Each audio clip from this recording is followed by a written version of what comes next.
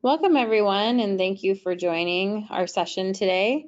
We're excited to have you here as part of our Pathlock Innovation Series. I'm going to be putting a link into the chat. We have several sessions coming up tomorrow for our Oracle Innovation Day as part of this series. And if you would like to join that, we encourage you to click on that link and then go and register for any of those sessions. With that, this is our customer session for our PeopleSoft Innovation Day. Our presenter today is Greg Wendt, who will introduce himself in just a moment. My name is Stephanie Anderson. I'm the Global Webinar Manager here at Pathlock. Before we proceed further, I just have a few housekeeping items. If you have any audio issues during this webinar, click on Preferences in that audio. From there, you can check to see if you're using the appropriate audio device. You can also click on the play sound to check if you can hear the sound coming from your speakers. There will also be a Q&A session following the presentation, so you can type any questions into the questions box on your control panel, and we will answer those questions at the end of the event. To prevent background noise, everyone is on mute. And with that, I'll turn the time over to Greg. Sure, thanks, Stephanie. As she said, my name is Greg Wendt. I'm the Executive Director for the Security Solutions here at Pathlock, much like I was on the Appsian side. And, so Appsian is now part of Pathlock. So what does that mean, and what does that do for you as the customers? And, is there any heartburn, or should you be concerned about anything? And the real answer is no. And we'll get into all of that through the slides. So as I said earlier, my name is Greg Wendt. For those of you that know me or maybe don't know me, I started with PeopleSoft back in version 5 in the late 97s, getting off the late 97, getting off of the mainframe for the year 2000. So I guess that's showing a little bit of my age from that particular perspective. But I've worked oil and gas, retail, higher ed, enterprise architect for many years of that. It's something that working in all of those different environments, I had a lot of experience with different things inside of PeopleSoft. As I said, maybe dotted line to the CISO for multiple years for working with security incidences and response inside of different organizations. Also from a support perspective, I remember early on in my career, I met with the VP of PeopleSoft support during one of the PeopleSoft Connect sessions way back in the day. And it was because we had opened up so many support tickets as an organization, and their support at the time wasn't even really doing all that well. I think I actually still have code line from fixes on version 7 that's still in the People Tools code line, actually. So go a long way back with PeopleSoft, but it gives me a different idea and a different approach because I haven't always been on the vendor side and what it takes to support, run, and implement. So I'm kind of an advocate for a lot of you guys inside of Pathlock now because of that. Because we want it ultimately to be as easy as possible for you guys to implement and support your applications moving forward. So a little bit of what's happened. So definitely Appsian's grown. We have a much larger portfolio of what we can bring to bear. So basically, for those of you that don't know, Vertica Capital Partners sponsored the merger of Pathlock, Appsian, and Security Weaver. So there's lots of different groups that were formed into this. A follow-on transaction actually picked up CSI Tools and SAST Solutions.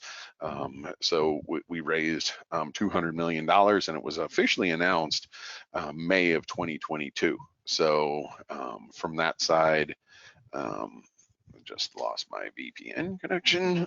So the whole changes are really good for us as a vendor and what we can do for you moving forward, because it gives us the ability now to bring in multiple different tools and software to help really bring to bear and solve many different problems and challenges inside of the organization. So I am going to relog back into my VPN real quick, which doesn't look like it wants to work. So we might not be demoing anything today.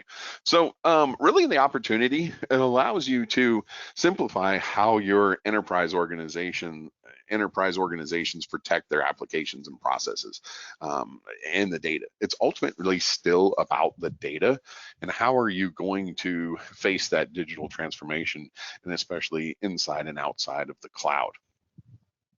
So today it's done with a patchwork of manual process and disparate tools. So really our vision is to be able to deliver a complete 360-degree platform for the protection of your critical business apps and the data within those, and the processes that rely on both, and really give you the ability to have a one-stop shop to where you can see all of those integrations and risks in one spot through one pane.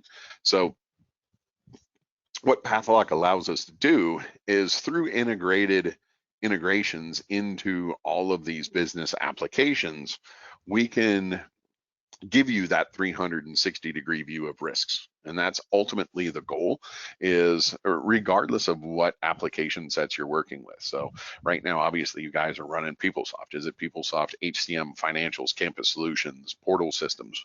What all are you running? What other systems do you have? Do you have Salesforce?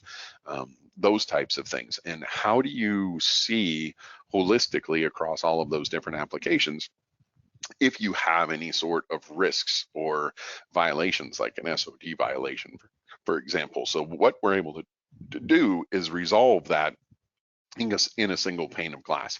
We can go in and show you, oh, this is what we're able to see in one particular spot. So we can also bring to bear many of the tools that our customers are used to working with when you're talking about the application security platform and integrating with, single sign-on and data masking and those types of things. So I'll go into more detail on that later. So as we were kind of talking about, when we look at the organization as a whole, this has changed us completely from a customer presence as well. So inside of the US, we've got over 800 different customers, and you can see that that's bringing to bear Appsian security, Pathlock, Q software, Security Weaver. In Europe, we've got over 300 customers. That's CSI tools, SAST. We've also got Expandia in there, and then we've also got in India and in other parts of the world, Appsian security, Pathlock, Security Weaver as well. So you can see that our footprint changed drastically as to the amount of customers we have, and also to the amount of employees that we have as well.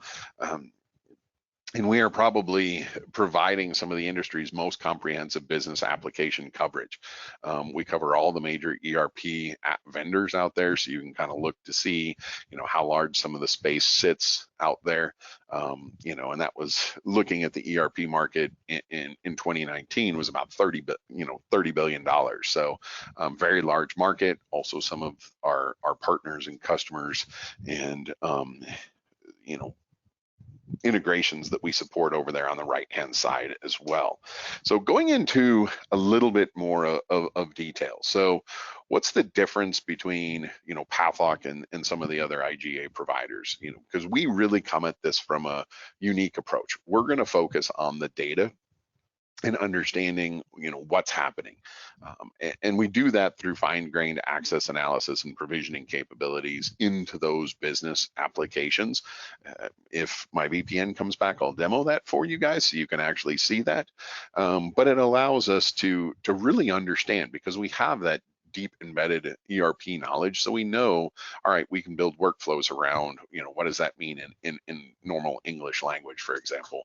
We can build workflows around the joiner, leaver, mover process. So as you hire somebody in HCM, what does that mean? Do I need to provision them inside of financials, inside of campus? What do I need to do with their record? Also outside of the PeopleSoft system, Active Directory, Salesforce, SAP, other systems like that. So it allows you to provision across your application set without having to go in and write a whole lot of custom code or any of those types of things, because we've got workflows and connections that can already handle that. When you're talking about deep transaction inspection of the did do, that's where we're bringing in the differentiator, and I'll go into this a little bit more later as well, from what somebody can do versus did do. The did do is understanding the access and the transactions that they worked with inside of the application. Can do just basically looks at their activities and their authorizations. So what that does is it says, oh, the can do side is this, Jimmy can do these authorizations. The did do says, oh, Jimmy can do them, but also did do them. So it allows you to understand your true risk footprint around that. And it integrates directly into the system. And we also have centralized policy management. So going into, I'm going to build this slide out a little bit more just so I don't have to go through it. So we're able to protect all of the business apps data and manage all the users in real time. So we do that through a real-time connection. So I'm going to go into a little bit more detail on the next slide between the differing software and how it works. But when we're talking about connecting to the applications, we have our Pathlock cloud system that's going to be able to connect to multiple applications, and it's going to pull information from those systems. Think in the case of security roles, permission lists, those types of things. So it can connect to your ERP systems, which may or may not be in the cloud. They could be on-prem, they could be legacy systems. You may have older systems that you need to keep around, and then also other enterprise systems like Salesforce, IDPs, Active Directory, for example, other things that you're running inside of your system. So we can connect to all of those different systems within a real-time connection. We can pull the authorizations that are granted within those systems, and we can do a user access review across all of them. That's the real nice part about it, is we can pull all of that together and give you a complete picture. So it allows you to govern your user access in a single point. So we can tell you, oh, okay, here are your risks inside of PeopleSoft. Here are your risks outside of PeopleSoft. This is what it is in other applications, for example. So, they started with talking about, Oracle tomorrow, and you're going to see that with some of the other Oracle products in depth tomorrow for the summit. So, that can do really allows you to do that user access review, access management, provisioning, deprovisioning, all of those types of scenarios. Then we also do that did do analysis, and this is really about monitoring those business transactions and what the users have done. Why is that important?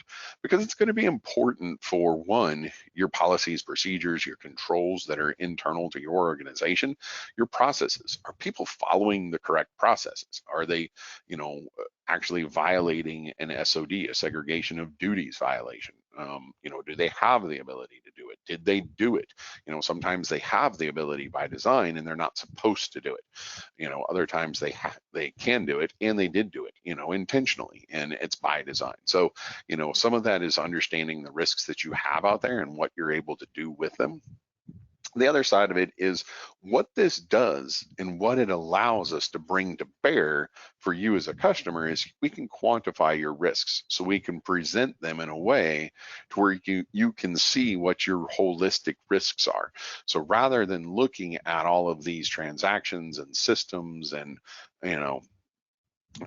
individually are very siloed, what we're able to do is correlate them and bring them together to where you have one view of what this user has access to. So if they've got access to PeopleSoft and EBS and SAP or whatever, you're going to be able to see that in a single pane of glass and then understand what their risks are across all of those. Even if it's Campus Solutions, Financials, HCM, or just Financials or just HCM, or a combination of whatever those are, we can actually holistically view that together.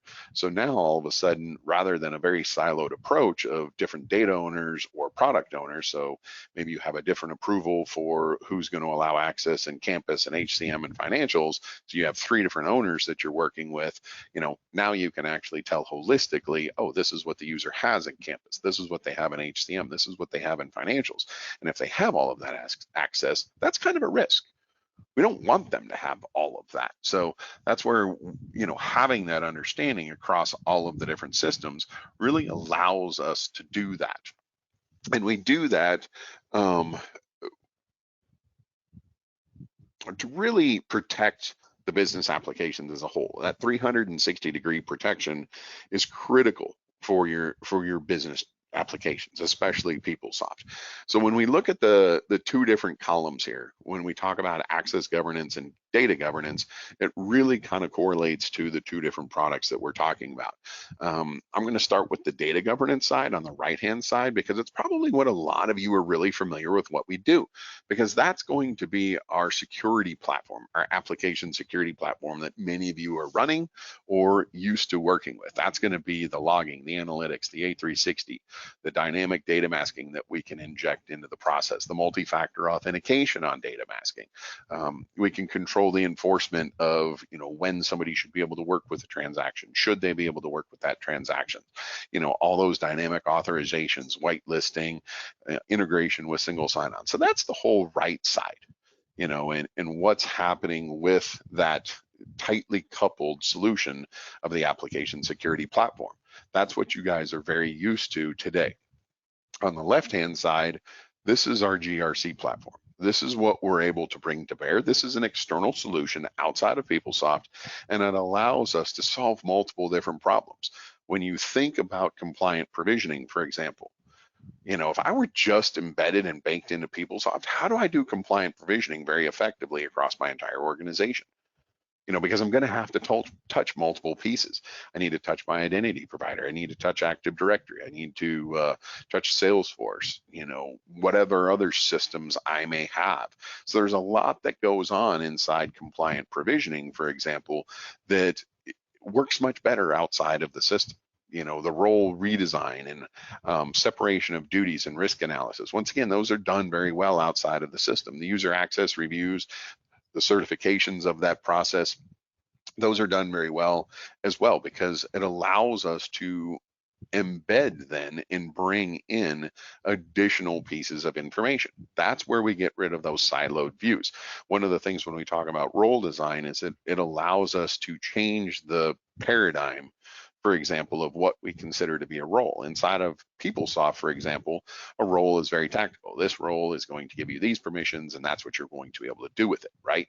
When we think about role design, maybe at the business level, which a lot of customers have been talking to us about lately, and how they're thinking about it, because what they need to do in the thought process is the role is really, what does this user need across my organization to function in that job? That's ultimately what it is.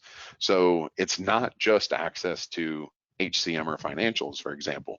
It could mean access to 10 or 15 other application sets. So they have all of these authorizations in, 7 to 8 applications, for example, and we need to understand what those are, and we need to be able to touch those.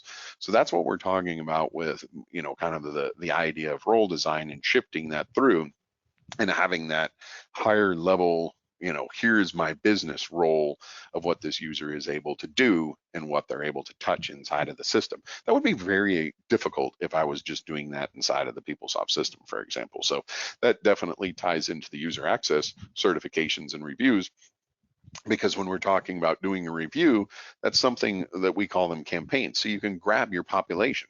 It may just be PeopleSoft users in the example that you want to do, or it could be users of, hey, I'm going to do financials and HCM and campus solutions all together, and then I'm also going to look at Salesforce, and I'm also going to look at Active Directory, and I can run one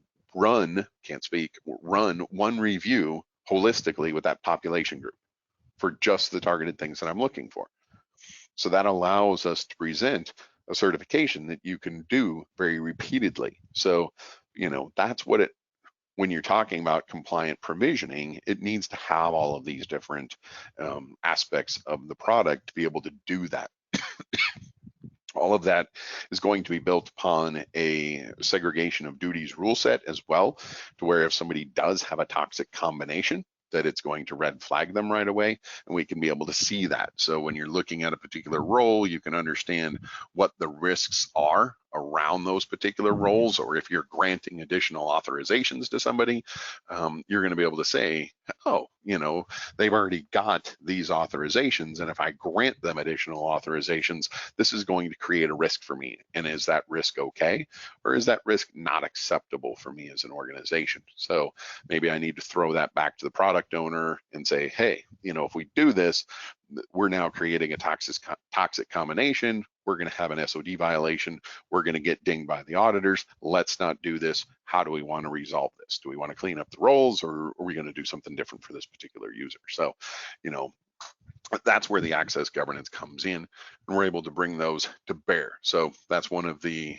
big differences, and really the nice part about the expansion of Appsian into the Pathlock organization is this is something that's extremely critical and important for managing your PeopleSoft systems as well. So when we look at excuse me, when we manage the risk with a 360-degree view of all the users' roles and access and transactions, it really is like a stair step. When we look at the middle process, that's what we're doing with the application security platform, with the transaction monitoring, the real-time mitigation, the attribute-based access controls, and the business process controls. All of those things are happening inside of the application security platform. Now what we're going to do is we're going to bring in that automated process of provisioning, deprovisioning, the quarterly process and the annual processes that you need to do when you're talking about looking at access certifications, cross applications, what these users have access to. And we're going to present that to you in a modern UI that makes it very easy to understand what the user has access to, and because of these authorizations, what are the risks that this user has that are a red flag for you as an organization. So it becomes very easy to have that information jump out at you and to attempt to mitigate that. And we'll give you mitigation recommendations and things like that as well. But that's really the advantage of that, is we're piecing all of those things together and giving you that nice modern UI to have that represented and be very easy to see and understand the risks for what these users have with those authorizations inside of your system. Another area that we also like to talk about is really automating the entire user lifecycle. This kind of goes back to the provisioning, deprovisioning type of scenario and what's happening inside of the application sets as a whole. Because when we're looking at trying to manage that, you can really start in that life cycle anywhere you want to, but I'll start with the role design, because that's where I go back to what we were talking about earlier with those business roles, thinking about it holistically a little bit differently.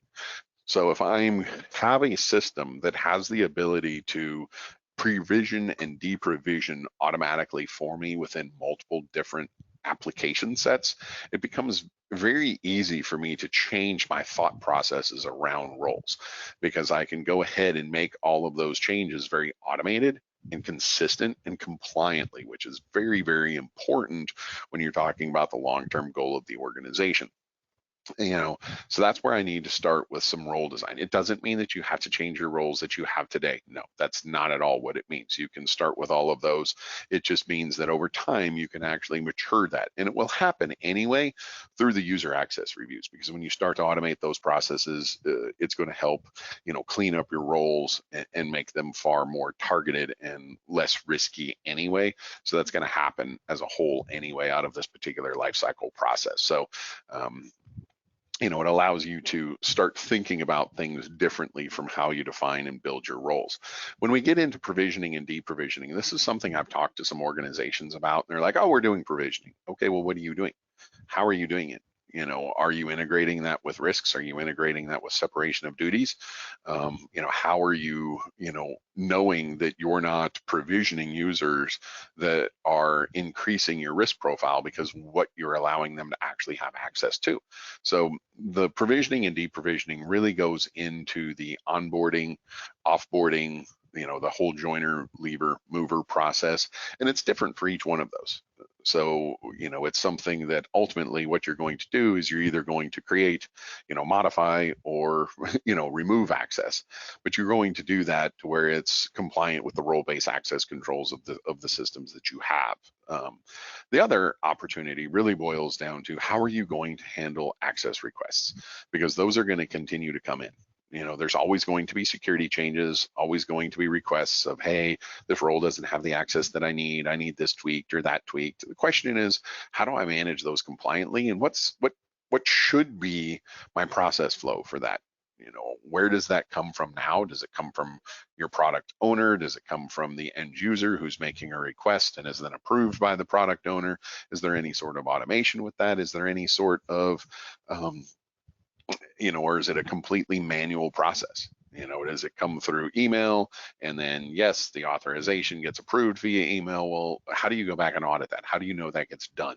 And then also privileged access management, firefighter, break glass, those types of scenarios. What are you doing to manage those? So managing that access request compliantly in a way that is very repeatable and has the audit trail is extremely important.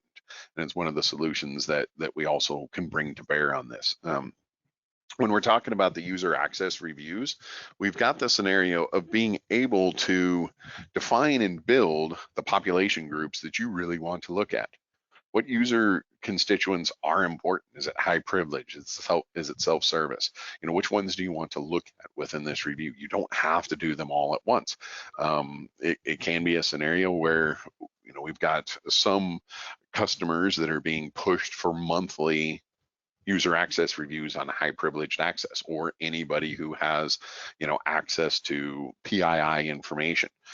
Same type of thing from the access requests. If you're going to get PII information, they wanted 3 different approvals. It had to go to the manager or to the product owner, then it had to go to the security administrator, and then it had to go to the CISO. And everybody had to sign off on it and track that before they could actually get that new access or gain access to PII information. So what's the workflow? And with user access reviews, it's got to be efficient, it's got to be targeted, and it has to be something to where you have the ability to understand the reviews in the past, leverage the reviews in the past, to where all of that data is stored and managed in one particular location. But it helps when you can do this completely automated. So from the perspective of the first of every quarter, boom, we have a user access review. So when you get to work in the morning, you're going to have a user access review sitting in your inbox, and it's going to be all of the users that you need to, certify their access for. It's not going to be something that it has to go to the security administrator and they have to pull all these queries and spreadsheets and all this other type of stuff. We can drive and do that automatically for you throughout the system.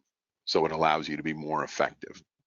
When we're talking about SOD audit, sample testing, violation management, I kind of like to talk about the 3 of these together, because it really does take a complete and continuous coverage rather than sample testing. When you're looking at SOD audits and that true sample testing, how do you know you're even going to get the ones that were the violations in the first place? Kind of going back to a scenario, I think I was talking about it in my last session, where it's like we have certain users that by design can perform an SOD violation because they've been granted the access. They have the roles and the authorizations that really give them the permissions to where they could do it. The question is, do they do it? Is it legitimate or illegitimate access? Should they have been able to do that one? Those types of things. So it becomes really difficult when you're only doing a small sample group of testing to even verify that you're not having any challenges with your SOD audits and violations. And so those are all kind of rolled into one. Then what are you going to do from a mitigation? Are you going to change the roles? Are you going to put in additional authorizations or maybe multi-factor authentication? What steps are you going to do to mitigate when you find that violation? So lots of different steps, but it really is about an entire life cycle of being able to manage that whole process flow through all of your application sets, and driving them out of the PeopleSoft system. So what's happening in Q4 and where are we headed? So, kind of going back to the little stair step. So right now, and if I can actually get back on the VPN, hopefully I didn't lose connection to that. we're able to do user provisioning workflows, automating the creation, maintenance, and removal of the user access. So basically, going into that joiner, leaver, mover process, and I'll show you that as long as I'm able to do that. So, and also we can automate those access reviews. So because the Pathlock system is sitting outside of PeopleSoft, what we're going to do is we're going to connect to your PeopleSoft system. We're going to pull data out. That data is going to, consist of the roles, authorizations of what that user has. And it's going to be able to, look at that versus, what they should be able to have. So you can go through and do those reviews. You can create population groups and have that process already done. And we've also got high privileged access that we've got as well. Coming in Q1, we're going to establish an SOD rule set that will be delivered for the PeopleSoft system. I'm actually in testing of that right now, actually. So, it's something to where that rule set will be a baseline. Obviously, your organization will have rules that you've established as well that you're going to be able to add into this. And then also the integrating of the user activity to provide that did do analysis. So we've got some of the did do, but we need to complete all of it, especially around the SOD violations and those types of things. So that's coming in Q1. So those are a few of the things that we've got on the roadmap. Obviously, I'll throw out that whole safe harbor statement and all those other type of things when we go through this. But let's jump in and do a little bit of a demo. So I am going to attempt to connect back to my VPN here real quick because I know I lost access to it. And I will need that connection because some of this is behind. Yes, I am me. So I'm going through my MFA at the moment. All right, perfect, connected back in. So I'm gonna go ahead and just confirm that these systems are still connected. Perfect, they are. So let's go in and talk about some of the solutions that we have and go briefly over those real quick. So I'm gonna attempt attach to a PeopleSoft system via single sign-on. So I'm gonna authenticate in to Active Directory, ADFS, and I'm putting in my Microsoft credentials to authenticate to ADFS. At this particular point, I'm going to launch into a PeopleSoft system. So it's going to open up with single sign-on. It's going to authenticate against ADFS, and it's going to allow me access to the PeopleSoft system. So this is showing you some of the things that we do inside the application security platform, where we've got those protections that are targeted inside of the system, whether it's data masking, click to view, multi-factor authentication, all of those types of scenarios. So I am going to go home real quick. When we talk about MFA, some of those targeted controls that we have in place, we can do that down at the field level event. And I'm going to do a push notification here to be able to access that, and I'll approve that. So there we've got point in time multi-factor, least privilege style access, to where until somebody goes through that MFA, they're only going to be able to access certain information. So you can have that least privileged zero trust model implemented inside of your PeopleSoft system, integrated with single sign-in and multi-factor data masking, all of those other type of good things.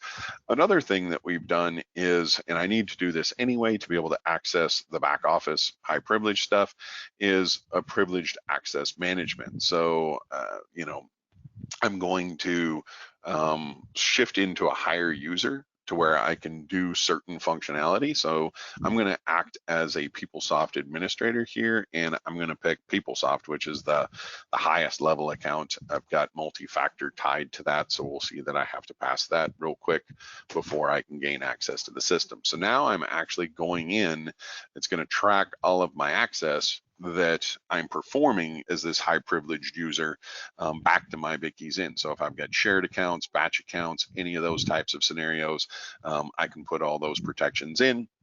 And we're going to be able to track, yes, this was Greg as the PeopleSoft administrator, or as I'm logged in right now, Vicki Zinn initially started this session and she's acting as PS. And this is who she's, who's performing the actions, but we're going to be able to track that back to Vicki Zinn through very targeted logs.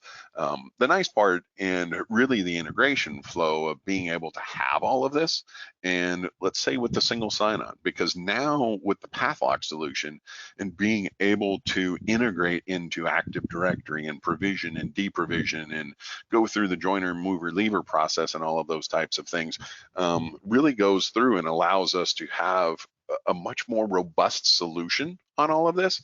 So what I want to do is show you some of that. So I'm going to bring open my menu and I'm going to go out and look at the user profile. Excuse me. And I'm going to open up just a sample user here. And what I'm going to do is we can see that they have a specific ID, and I'm going to go into job data and change their job. So I'm going to grab that ID and I can look at the role that they have. So currently the role is the AG Composer Administrator. That's assigned via the Pathlock system because of the workflow that's defined and built for that user. So let's go in now. I'm going to actually go to job data and I'm going to open up Nicole and we're going to work with her record. So I'm going to insert a new row and let's just put it as today. And I'm going to change the department that she's working with. So I'm going to put in 10,000 if I can actually type or select that, one of the two. And I'll tab out of that field to get everything done. Right now, I am literally just going into a PeopleSoft system and performing my normal job function, right? I'm not doing anything special at this particular point. This is what somebody within HR would normally do, and regardless, when you're talking about movers or joiners or leavers, that's where the process is going to start with, so it doesn't matter which PeopleSoft systems you have, the process flow is going to start within your PeopleSoft HCM system, for example, or whatever your target HCM system is. Maybe you have a different one besides PeopleSoft, but it's going to go in and you're going to create that event. Well, now what I'm going to do is I'm going to flip over to our Pathlock system. And with that, what I'm going to do is kick off a process. So typically this synchronization would be running and scheduled throughout the day. So I'm just going to manually kick it off since I just did that process. But when we talk about synchronizing organizational structure, what this really does is it allows me to synchronize what we have inside of our system with inside of Pathlock. So we have let's call it a data store. If you're familiar with PeopleSoft, let's call it part of the person model. So that person has got certain attributes and certain data inside of the system that we need to know, obviously. And one of them in this scenario would be what department are they a member of? What security do they have? Things like that, So our person model is going to tell us information about that person. So when things change, we can then build workflows and have things happen now. So as that process is running, what it's doing is it's comparing what exists within the PeopleSoft system to what exists in our current store. Well, obviously it's going to have found a change because I just changed that person's, job function. I changed their department. So if I scroll down here and I'm going to be able to see the different processes as to what occurred, I can see, for example, at this point that the user has ended up with a change. So this was systematically generated. We found it automatically, and we can see that it's all based upon the department change. So the comment request is the data for Nicole, employee PU0221 has changed, and it was the department that changed. So that store is telling me, hey, we found a variance here, and we need to go do something with this, and there's a workflow tied to that event. So we're going to go in, and we're seeing a change. So we've got other additional information about the employee, also what department are they a member of, but what does the new change mean? What roles are they going to be granted? And as you can see here, I'm dealing with multiple different systems. So go back to that whole scenario of what we were talking about with thinking about business roles. What do I need to do my function inside of the business? So we are going to make changes to PeopleSoft. We're going to make changes to Active Directory. They need additional security for both of them. So we can see this was actually generated by the system. It found the event, and the first thing that I had to go through was an approval. Goes back to the example that I was talking about earlier. In this situation, I've got a one-step approval. Maybe I have no approvals, especially when we're talking about onboarding and granting, self-service style information. That whole particular process could be done very easily without having to, because you're not granting PII data, you're not granting, okay, this person's going to be able to, do a whole bunch of stuff inside vendors or things like that. Let's start with they need to be able to get into their person record, update their information, do their payroll, benefits, those types of scenarios. So, when you're onboarding somebody, it's going to be very clean. So you can grant all of that. You need to review it? No, just make sure the access was clean through your role reviews, be done with it. So I'm going to go over and approve, and I'm just going to say GW here, and I'm going to say OK. So as I hit OK, the window is going to go away, and now what's going to happen is the rest of that workflow is going to happen. So as that workflow is going through, what's really occurring now is all those changes are taking place. You can see that it's already done. So I'm going to go back to the workflow request. I'm just going to refresh this, and we can see that it has gone through the process flow. So it's now finished. I don't have any risks associated with this. And if I open this up, what I'm going to be able to understand is what changes have been done. So I'm going to look down to see what the actions were. And I'm also going to see now that because this was a mover process, I removed some of the other authorizations that this user had within Active Directory as well as within PeopleSoft. One, because we wanted to clean those up. We don't want, role creep or authorization creep to be able to happen. We want to clean that up. So we're getting rid of the access that they had before, and then we're going to go ahead and grant the new access. So we can see that we're going to apply the authorizations for Active Directory. We can see what we added in here. She's now able to access remote desktop where maybe she was not before. So all of those changes took place. Down at the bottom, it's really important from an audit flow to understand, hey, what happened to these users? So now we've got the whole workflow, so we can see it was started, it was approved, who approved it, I did, what the comment I made was. All of this was waiting on a department change because that's what we found initially, all off the system event. So all of this was taken care of automatically. We removed the roles, we provisioned the roles, and then we finished. So let's go back to the PeopleSoft system. So let's see if we actually truly did what we just said we did. So I'm going to open up that role,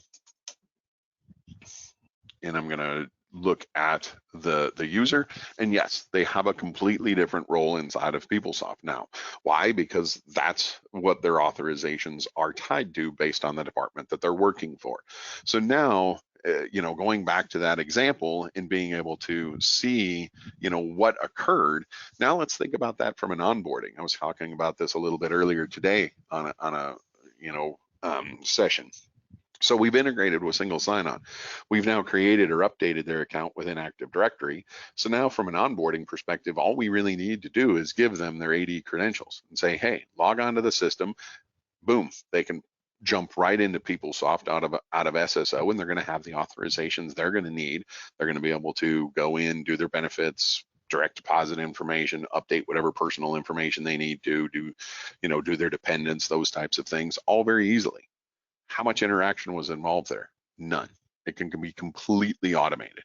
So now it allows your security administrators to spend more time where it's needed on those other, 20 to 30% of your users maybe that have those real high level access controls inside of the system, if that makes sense. So it's one of the real powers and advantages of joining, and bringing Appsian into the Pathlock group is being able to bring all of this to bear, to help you as an organization with the security and implementations from your, PeopleSoft implementations. So you can see all of that's built in, tied together, very closely coupled back and forth. I'm going to see, I was presenting a little bit earlier, and I think I am let's look, yeah. So I'm going to kind of flow over to a self-service portal, and I wanted to show you the access reviews because this is something that we can deliver on today. What I want to do is talk a little bit about those populations. So from a population selection, you can really select whatever you want to define as your activity groups, your user groups, all of those types of things. You can also define the elements that you want to review.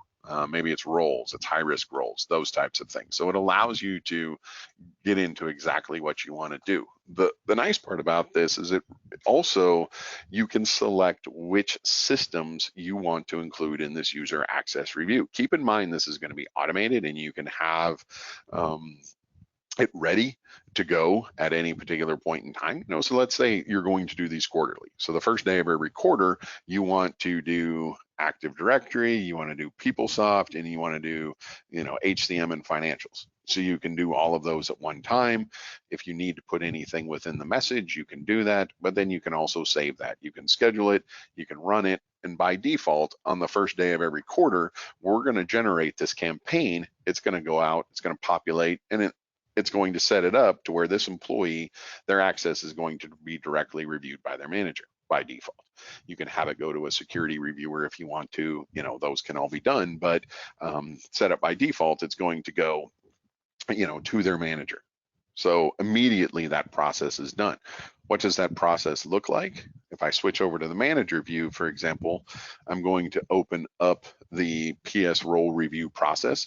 And what this allows us to see is what the users have access to. I demo with Vicky's in, so I'll open up her real quick just because she's got so much access inside of the system. But the nice part is you can see what role she has access to. We can approve or reject that right there. Once you're done, you can, save and approve all of the other ones.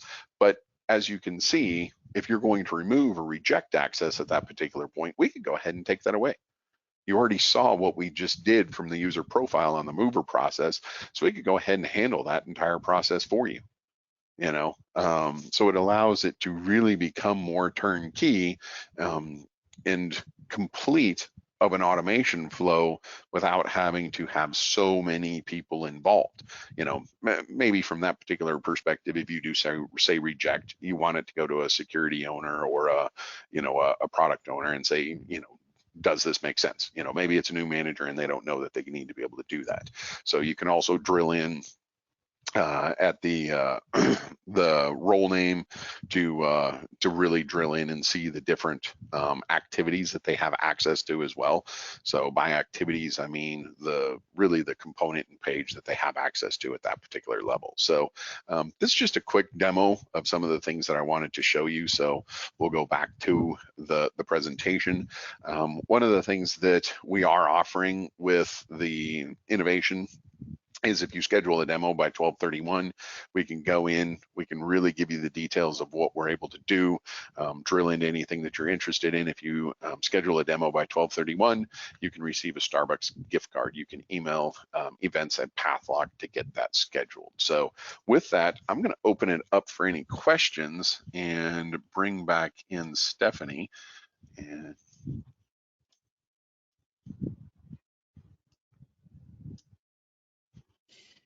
Thank you, Greg, for your presentation. And to everyone that wants to attend the sessions tomorrow, I just put the link in the chat for you to register for any of the sessions tomorrow, and we hope to see you at future events. And also you can reach out to us at info@pathlock.com. Thank you. thanks.